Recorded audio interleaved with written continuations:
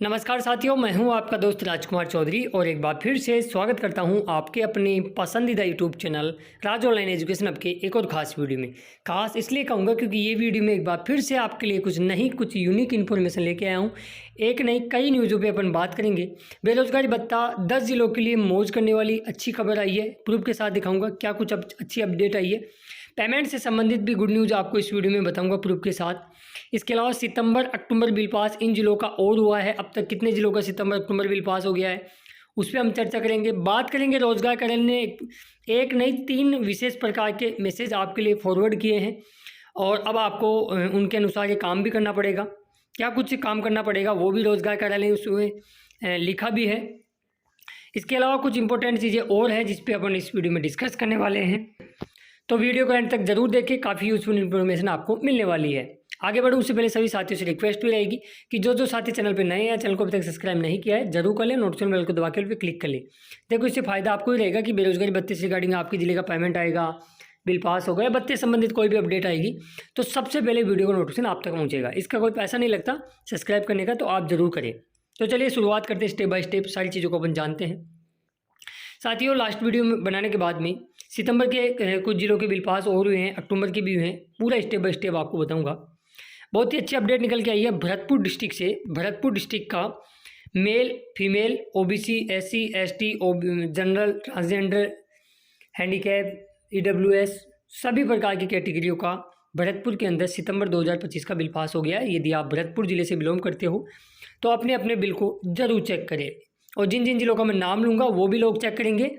हो सकता है कई बार क्या होता है आपके ज़िले का बिल पास सभी का हो गया और आपका नहीं होता है तो फिर आपको रोज़गार कार्यालय में जाने की ज़रूरत है, क्योंकि नहीं जाओगे तो क्या होगा और जाओगे तो क्या होगा आगे आपको प्रूफ भी दिखाऊंगा आपको मैं, है ना। इसके अलावा अगले ज़िले की हम कुछ इंपॉर्टेंट बातें और कर लेते हैं। काफ़ी लोग क्या होता है जो जागरूक लोग होते हैं वो आरटीआई या सूचना के अधिकार में भी रोज़गार कार्यालय से जवाब मांग ही लेते हैं। तो उप निर्देशक क्षेत्रीय रोजगार कार्यालय अजमेर द्वारा में एक कैंडिडेट ने आरटीआई लगाई और आरटीआई 17/12/2025 को उनको जवाब मिला और इन्होंने आरटीआई भी बहुत शॉर्ट टाइम में लगाई थी। 13 तारीख को आरटीआई लगाई और 5 दिन के अंदर 4 दिन के अंदर अंदर विभाग ने जवाब तक दे दिया। तो धन्यवाद करूँगा रोजगार कार्यालय वालों को कि जो भी कोई ऐसी सूचनाएं मांगता है उनको जवाब भी रोजगार कार्यालय तुरंत देता है। तो ऐसी आप भी लगा सकते हो यदि आप इच्छुक हो तो। अब इन्होंने कुछ इनसे क्वेश्चन पुटअप किए थे जिनका जवाब उनको मिला है। इन्होंने कहा ऑनलाइन पोर्टल, इन्होंने आपके द्वारा सूचना के अधिकार के तहत सूचना के क्रम में लेख है कि कार्यालय द्वारा लाभ प्राप्त कर चुके अथवा ओवरेज हो चुके आवेदकों को नियमानुसार समय पर स्टॉप कर दिया जाता है। तो इन्होंने कुछ क्वेश्चन पूछे थे रोजगार कार्यालय से जिनका जवाब सूचना के अधिकार में रोजगार कार्यालय ने इनको दिया है। क्वेश्चन नंबर 1, क्या आपके रोजगार कार्यालय में कितने ऐसे फोरम है जिनको लाभ मिल चुका है और पोर्टल पे अभी भी अप्रूव्ड है। तो विभाग ने कहा कि ऐसे फोरम शून्य हैं, यानी जिनके 2 साल कंप्लीट हो गए हैं और अभी भी फोरम अप्रूव्ड है तो ऐसे फोरम शून्य हैं, सभी को स्टॉप कर दिया है। दूसरा क्वेश्चन इन्होंने पूछा कि ऐसे कितने आवेदन हैं जो ओवरेज हो चुके हैं और अभी तक पोर्टल पे अप्रूव्ड की कंडीशन में दिखा रहे हैं। तो विभाग का कहना है कि ऐसे फोरम भी हमने छोड़े नहीं हैं, सभी को स्टॉप कर दिए हैं जिनके ओवरेज हो चुकी है। आगे बात करें, तीसरा क्वेश्चन इन्होंने पूछा कि जिन्होंने टाइम पे ज्वाइनिंग नहीं की है और अभी भी फॉर्म इनके अप्रूव्ड है, क्योंकि इनका उद्देश्य जो आरटीआई जिस कैंडिडेट ने मांगी है या सूचना का अधिकार में जो क्वेश्चन पूछा है उनका उद्देश्य ये था कि जिनके फॉर्म मतलब बंद हो जाने चाहिए थे ओवरेज की वजह से मान लो, 2 साल की वजह से मान लो, या समय पर इंटर्नशिप की सहमति ना देने की वजह से मान लो, या ज्वाइन ना करने की वजह से मान लो, वो फॉर्म स्टॉप हो तभी तो नए फॉर्म अप्रूव्ड होंगे और जिनके कतार में हैं उनको भी तो उनका फॉर्म अप्रूव्ड होगा। तो ऐसे कई बार कुछ लोग मांग लेते हैं सूचनाएं, नाम सार्वजनिक नहीं करूँगा क्योंकि कैंडिडेट ने मना किया था। तो ऐसे आप भी कर सकते हो, रोजगार कार्यालय से सवाल जवाब ले सकते हो, ठीक है, ये आपकी इच्छा है।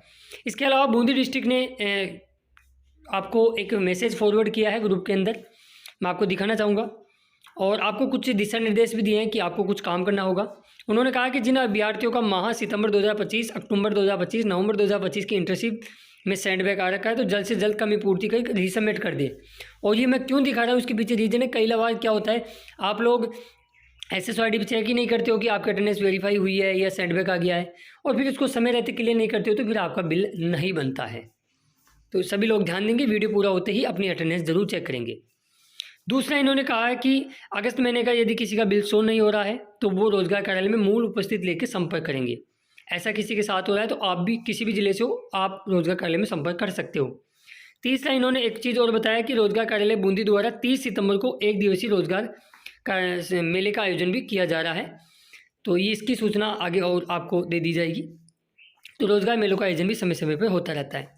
इसके अलावा इतने मतलब वीडियो बहुत कम आ रहे थे, आप लोगों के लगातार 2-3 दिन से वीडियो वापस से कंटिन्यू मैं किया हूँ, सूचनाएं आप तक लाया हूँ, अच्छी अच्छी अपडेट आपको दे रहा हूँ।